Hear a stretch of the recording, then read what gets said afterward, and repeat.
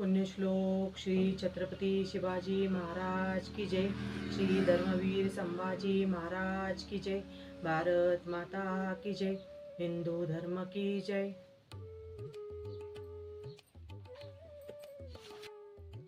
प्रकरण 6. लेकरा मला सोडू नको। राजश्री संभाजीराजे महाराजांवर रुसून मोगलाईत गेले। यापूर्वीही ते पंचहजारी सरदार म्हणून मोगलांकडे गेले होते, पण त्यावेळी महाराजांच्या इच्छेखातर गेले होते. यावेळी मात्र महाराजांवरती रुसून स्वतःच्या इच्छेने गेले. स्वराज्य या वार्तेने सुन्न झालं. निसर्गही हादरला. उन्यापुऱ्या महिनाभरातच स्वराज्याला भूकंपाचे धक्के बसले. माध्यवद्य 1116 दिनांक 28 जानेवारी 1679. शंभूराजांचं मन वळवून त्यांना परत आणण्यासाठी महाराजांनी आपली माणसं रवाना केली आणि ते पुन्हा स्वराज्य कार्यात घडून गेले.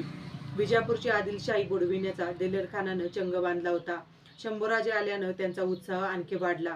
विजापूरभोवती दिलेरखानाचे पाश पक्के आवळले जाऊ लागले. अशा वेळी विजापूरचा वजीर सिद्धी मसाऊद खान महाराजांना शरण आला. विजापूर वाचविण्याची त्यांना विनंती केली. महाराजही सर्व शक्तीनिशी त्यांच्या मदतीला धावून गेले. दिलेरखानाचा वेढा सैल करून त्यांचं लक्ष दुसरीकडे वेधण्यासाठी महाराजांनी मोगली मुलूक लुटायला सुरुवात केली. काटकश देण्यासाठी दिलेरखान भूपाळगडावरती चालून गेला. भूपाळगडावरती फिरंगोजी नरसाळा किल्लेदार होता. पहाटेसच मोगलांनी हल्ला चढविला, पण फिरंगोजी सावध होता. त्यांना अतिशय कडवा प्रतिकार करून दिलेरखानाच्या सैन्याला 6 तास पुढे पाऊल टाकू दिलं नाही. दिलेरखानानं अखेर हुकमी बाण आपल्या भारत्यातून बाहेर काढला. शंभूराजे दिलेरखानाच्या इच्छेवरून शंभूराजे आघाडीवरती आले आणि शंभूराजांना पाहताच फिरंगीचा प्रतिकार थंड पडला. शंभूराजांवर कसा गोळा डागायचा. शंभूराजे भूपाळगडात घुसले. पाठोपाठ यशानं उन्माद पावलेले मोगलही किल्ल्यात शिरले आणि आल्या आल्या त्यांनी आपल्याला 6 तास रोखून धरणाऱ्या मराठ्यांचे हात कलम करायला सुरुवात केली.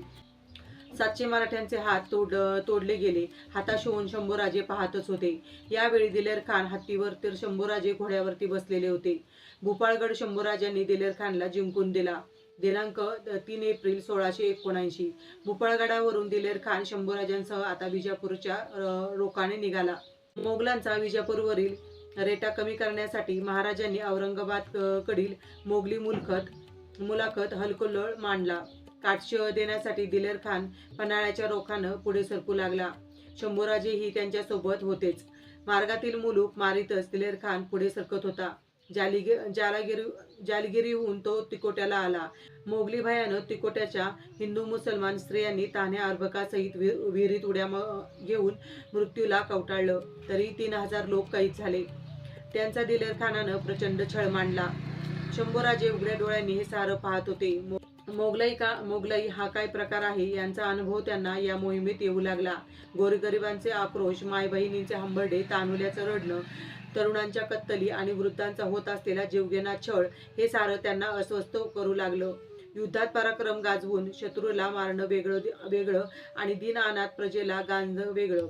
शंभूराजांच्या राजकल्पनेत हे बसत नव्हतं. मनावर उमटलेली हिंदवी स्वराज्याचा खोलठसा त्यांना डोळ्यावर कातडं ओढून हे सारं पाण्यास विरोध करू लागला. शंभूराजे सावरले. तरवारीवरील त्यांची मूठ आवळली जाऊ लागली, पण त्यांची कोंडी झालेली होती. इथंही ते एकटेच होते, पण पूर्वीच्या एकाकीपणापेक्षा हे एकाकीपण भेसूर होतं.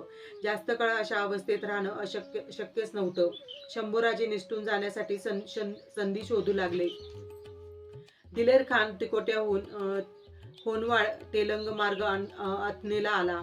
सैन्याला त्यांना लुटमारीचे आदेश दिले. शहर बेचिराग करण्याचा हुकूम फरमाविला. कैदी तर प्रचंड संख्येत पकडले गेले. छावणी स्त्री-पुरुष मुलांच्या कैविलवाण्या किंकाळ्यांनी भरून गेली. या कैदीचा कत्तल उडविण्याची आसुरी इच्छा दिलेरखानला झाली, पण शंभूराजे त्यांच्या आड आले. निष्पाप प्रजेची कत्तल उडविण्यास त्यांनी विरोध केला. उन्मत्त दिलेरखान सेनापतींच्या तोऱ्यात त्यांना अद्वा बोलू लागला. शंभूराजेही आता जीवावर उदार झाले. त्यांना दिलेरखानाला त्यांच्याच भाषेत उत्तर दिलं. एवढेच नाही तर तरवार उपसून ते त्यांच्या अंगावरती चालून गेले. मारामारी होण्याची वेळ आली. मध्यस्थानी कसंबसं हे भांडण मिटवलं. दातोट खात दिलेरखान शंभूराजांकडे पाहत होता, पण शंभूराजे त्यांची पर्वा करीत नव्हते. त्यांचं मूळ रूप प्रगट झालं होतं. आपलं स्थान मोगलाईत नाही तर ते स्वराज्यातच आहे हे त्यांना स्पष्टपणे कळून चुकलं.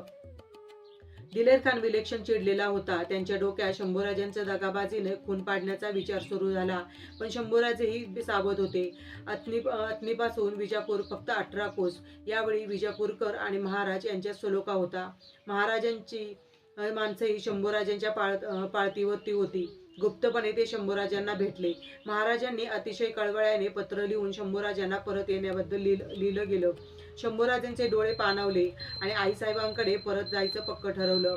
आलेल्या माणसांसोबत योजना ठरली. दिलेर खानानं पक्का बंदोबस्त केला असतानाही त्यांच्या प्रचंड फौजेतून महाराजांच्या माणसांनी शंभूराजांची सुटका केली. दिनांक 22 नोव्हेंबर 1679 दुर्गाबाई साहेब आणि राणूबाई यांना मात्र ते नेणं शक्य झालं नाही. दिलेर खान आत निघून ऐनापूरला जात असता वाटेत त्यांना शंभूराजे निसटून गेल्याची बातमी समजली. बातमी ऐकून पिसाळलेला दिलेर खान परत माघारी फिरला. संभाजीचा उपाय करण्यासाठी त्यांना सरदार ख्वाजा अब्दुल जहाग विजापूरला आला.